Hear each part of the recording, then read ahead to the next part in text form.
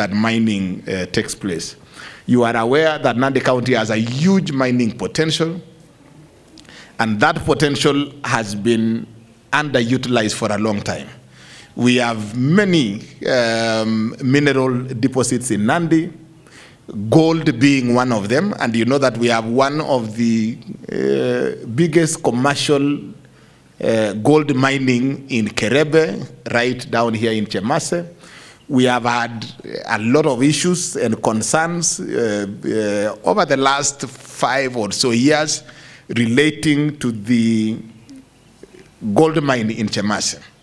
One, the relationship between counties, or the county government of Nandi, the local community, and the investor in there. And some of those issues have led to situations where the exploitation of that mineral for the good of the local community, of the national economy, and also to the investor has been minimal. We are excited that within 2 weeks of his appointment, the minister is here on a familiarization exercise. People who can engage in aquaculture, agriculture, for purposes of ensuring that we support these communities. Again, we look forward to working with you as we expand the opportunities within mining, not just in gold, but many other mineral deposits that are available in Nandi.